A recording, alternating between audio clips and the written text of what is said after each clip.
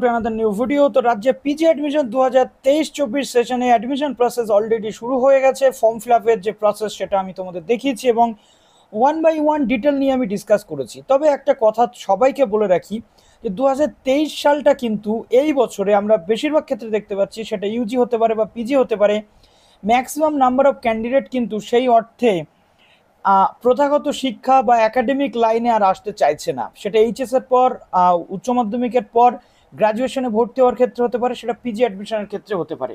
আমরা দেখতে পাচ্ছি ইউজি অ্যাডমিশনের ক্ষেত্রে এখনো পর্যন্ত সিট ফুলফিল হয়নি বলে গতকালই নোটিফিকেশন জারি করা হয়েছে বিকাশ ভবনের পক্ষ থেকে।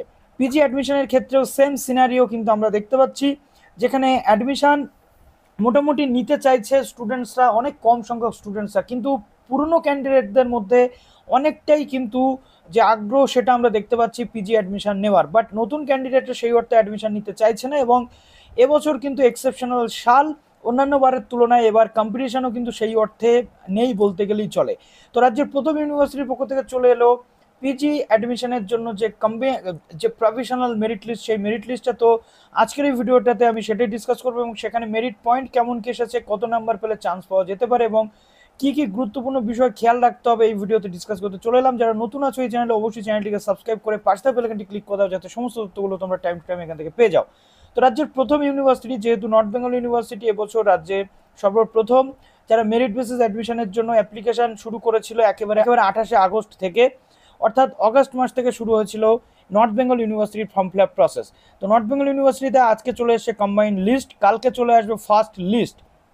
তো প্রফেশনাল যে কম্বাইন্ড লিস্ট রয়েছে, তো মোটামুটি 80% ক্যান্ডিডেট, অর্থাৎ নর্থ বেঙ্গল ইউনিভার্সিটির যে ক্যান্ডিডেট রয়েছে তাদের জন্য, সেটা প্রথমে আমি তোমাদের বলে দিই। তো শো লিস্টে যদি আমি ক্লিক করি, দেখো প্রথমত আমি যদি ম্যাথমেটিক্সের যে লিস্ট সেটা দেখে নিই, তাহলে দেখো প্রথম ক্যান্ডিডেট যার নাম এসেছে ইউজি পার্সেন্টেজ অফ মার্কসে 93%, কিন্তু সর্বপ্রথম ফার্স্ট হয়েছে জেনারেল ক্যাটাগরি। তারপরে দেখো মোটামুটি এই জায়গাগুলোতে একাধিক কিন্তু আবেদন আমরা অন্যান্য বার দেখতে পাই, অর্থাৎ যদি 100 সিট থাকে 1000-এর উপরে আবেদন দেখতে পাই, 2000 আবেদন দেখতে পাই। এবছর আবেদনের চিত্রটা একটু তোমাদের দেখাবো। তো দেখো 93 থেকে শুরু হয়েছে এবং বলতে গেলে এখানে এসসি এসটি পুরো লিস্টগুলো কম্বাইন করা রয়েছে, এখানে এসসি বা এসটির যে বিষয় সেগুলো চলে যাবে। দেখো এখানে টোটাল সিট যদি 100 থাকে, আবেদন হয়েছে, দেখো এখানে টোটাল আবেদন হয়েছে মাত্র 53টা। সুতরাং এখান থেকে আমরা বুঝতেই পারছি যে কত কম সংখ্যক ক্যান্ডিডেট এবার পিজির জন্য ইন্টারেস্টেড রয়েছে। নেক্সট যদি আমরা প্রফেশনাল লিস্ট, যেটা ম্যাথমেটিক্সের 20% ক্যান্ডিডেটদের জন্য দেখি, তাহলে এখান থেকে আমরা দেখতে পাবো যে এখানেও কিন্তু মোটামুটি অন্যান্য বারের তুলনায় আবেদন কিন্তু কমই হয়েছে। দেখো এখানে 20% সিট যদি মোটামুটি আমরা ধরে নিচ্ছি 10টা কি 20টা সিট যদি থাকে, তাহলে দেখো 95 থেকে শুরু হচ্ছে, যেহেতু কম্বাইন্ড লিস্ট, অর্থাৎ এটা ভাগ করে দিলে আরও কিন্তু অনেকটাই কম হয়ে যাবে। তো দেখো মোটামুটি এখানে আবেদন জমা পড়েছে 159টা, টোটাল নাম্বার অফ ক্যান্ডিডেট সবার লাস্ট হয়েছে 64। তো এই জায়গাতে যদি আমাদের 10টা সিট থাকে, তাহলে 10টা কি 20টা যদি সিট থাকে, তাহলে এখানে এই 91 পর্যন্ত কিন্তু মেরিট মার্কস নামবে। সুতরাং এখান থেকে পরিস্থিতিটা আমরা কিন্তু বুঝতে পারছি।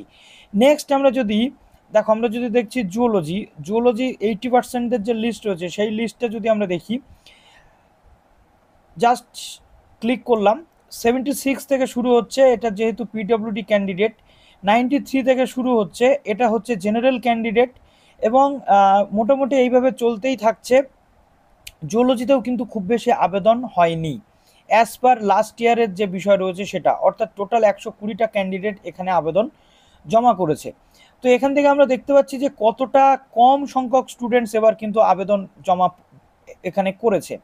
তারপরে দেখো এখানে হিস্ট্রি যদি আমরা দেখছি, হিস্ট্রিতে আর্টসের ক্যান্ডিডেটদের আবেদনের যে রেশিও সেটা আমরা এবার একটু দেখে নেব। তো হিস্ট্রিতে টোটাল যদি সিট থাকে, ধরে নাও 200 বা যাই কিছু, মোটামুটি আমি আগেই বলে দিয়েছিলাম সিটটা। তো দেখো হিস্ট্রিতেও কিন্তু আবেদন যে বিরাট কিছু জমা পড়েছে তাও কিন্তু নয়, অর্থাৎ যদি তোমরা এখনও পর্যন্ত বিভিন্ন ইউনিভার্সিটিতে আবেদন করে উঠতে পারোনি, তোমরা অবশ্যই আবেদন করে দাও, কেননা 15 তারিখ পর্যন্ত আবেদনের লাস্ট ডেট। এবার বেশিরভাগ ক্যান্ডিডেট কিন্তু আবেদন করছে না।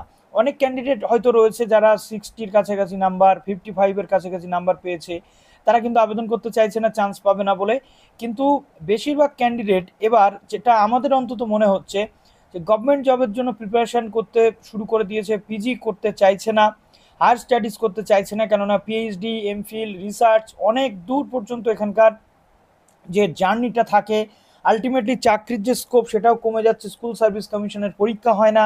তো সেখানে বিভিন্ন ক্যান্ডিডেট যারা প্রফেশনাল কোর্সের মধ্যে দিয়ে যাওয়ার চেষ্টা করছে, যারা গভর্নমেন্ট জবের জন্য পড়াশুনো কিন্তু শুরু করে দিয়েছে, তো সেই জন্য এবার আবেদনের যে সংখ্যা সেটাও কিন্তু কমতে শুরু করেছে।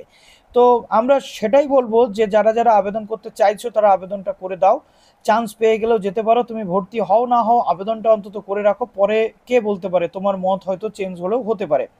তো দেখো, প্রভিশনাল লিস্ট আসবে, ফার্স্ট লিস্ট যেটা 80%-এর জন্য, অনলাইন অ্যাডমিশন চলবে 13 থেকে 14। আশা করি প্রচুর সিট কিন্তু এবার ফাঁকা থাকতে চলেছে। তো মোটামুটি তোমরা যারা এখনো আবেদন করার জন্য দুবিধাতে রয়েছো তারা অবশ্যই আবেদন করো, আশা করি তোমরা এবার চান্স পেয়ে যাবে। যারা সত্যি এগারলি করতে চাইছো পিজিটা তাদের জন্য বলবো, আর যারা গভর্নমেন্ট জবের জন্য যেতে চাইছো, সময় নষ্ট করতে চাইছো না পিজি করে, তাদের জন্য বলবো তারা সেই দিকে এনগেজড থাকো, ভালো করে পড়াশোনা করো। Best of luck.